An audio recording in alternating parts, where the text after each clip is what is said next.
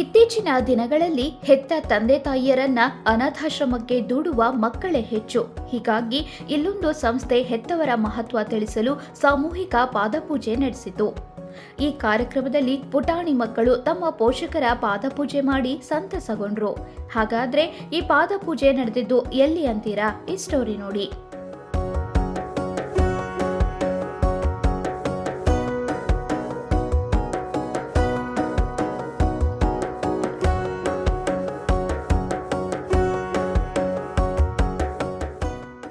ಹೌದು, ಹಿಂದೆ ನಮ್ಮ ಗುರು ಹಿರಿಯರು ತಂದೆ ತಾಯಿ ಅಂದ್ರೆ ಚಿಕ್ಕವರಿಂದ ಹಿಡಿದು ದೊಡ್ಡವರ ತನಕ ಭಯ ಭಕ್ತಿ ಇತ್ತು. ಆದ್ರೆ ಇತ್ತೀಚಿನ ಬ್ಯುಸಿ ಲೈಫ್ನಲ್ಲಿ ಹೆತ್ತವರು ಅಂದ್ರೆ ಸಾಕು ಇಂದಿನ ಯುವ ಪೀಳಿಗೆ ಮೂಗು ಮುರಿಯೋದೇ ಹೆಚ್ಚು. ಅದರಲ್ಲೂ ಮೂಲೆ ಅಥವಾ ಹಾಸಿಗೆ ಹಿಡಿದ ವಯೋವೃದ್ಧರನ್ನ ಪೋಷಣೆ ಮಾಡುವವರು ಯಾರು ಅಂತ ಅನಾಥಾಶ್ರಮಕ್ಕೆ ದೂಡಿ ಬಿಡ್ತಾರೆ. ಹೀಗಾಗಿ ಇಂಥ ಪರಿಸ್ಥಿತಿ ಯಾರಿಗೂ ಬರಬಾರದು ಎಂಬ ನಿಟ್ಟಿನಲ್ಲಿ ಶನಿವಾರ ಸಕ್ಕರೆ ನಾಡು ಮಂಡ್ಯದ ಶ್ರೀರಂಗಪಟ್ಟಣದಲ್ಲಿ ಪೋಷಕರ ಮಹತ್ವ ತಿಳಿಸಲು ಮಕ್ಕಳಿಗೆ ಪಾದಪೂಜೆ ಕಾರ್ಯಕ್ರಮವನ್ನ ಆಯೋಜನೆ ಮಾಡಲಾಗಿತ್ತು. ಶ್ರೀರಂಗಪಟ್ಟಣದ ಶ್ರೀ ವಿದ್ಯಾಭಾರತಿ ವಿದ್ಯಾಸಂಸ್ಥೆ ಅಜ್ಜಿ ಮನೆ ಹೆಸರಿನಲ್ಲಿ ಬೇಸಿಗೆ ಶಿಬಿರವನ್ನ ಆಯೋಜನೆ ಮಾಡಿದೆ.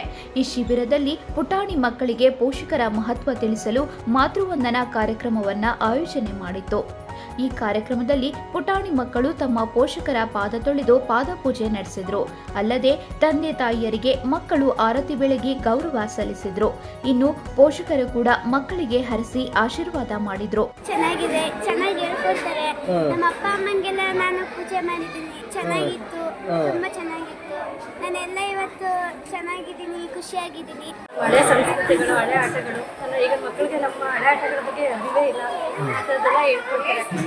ನೋಡಿ ಮಕ್ಕಳು ಎಲ್ಲ ಹೇಗಿರಬೇಕು, ಮತ್ತೆ ತಂದೆ ತಾಯಿ ಎಲ್ಲರೂ ಹೇಗೆ ರೆಸ್ಪೆಕ್ಟ್ ಮಾಡಬೇಕು ಅನ್ನೋದ್ರ ಬಗ್ಗೆ ಎಲ್ಲ ಹೇಳ್ಕೊಡ್ತಾರೆ. ಮಕ್ಕಳು ಕಲಿಯೋದು ತುಂಬ ಇದೆ. ಮಕ್ಕಳಿಗಿಂತ ತಂದೆ ತಾಯಿಗಳು ಕಲಿಯೋದು ಅದನ್ನು ನೋಡಿ ಎಲ್ಲರೂ ಅಳವಡಿಸ್ಕೊಳ್ಬೇಕು, ಮಾಡ್ಕೊಬೇಕು ಆಗುತ್ತೆ ಸರ್.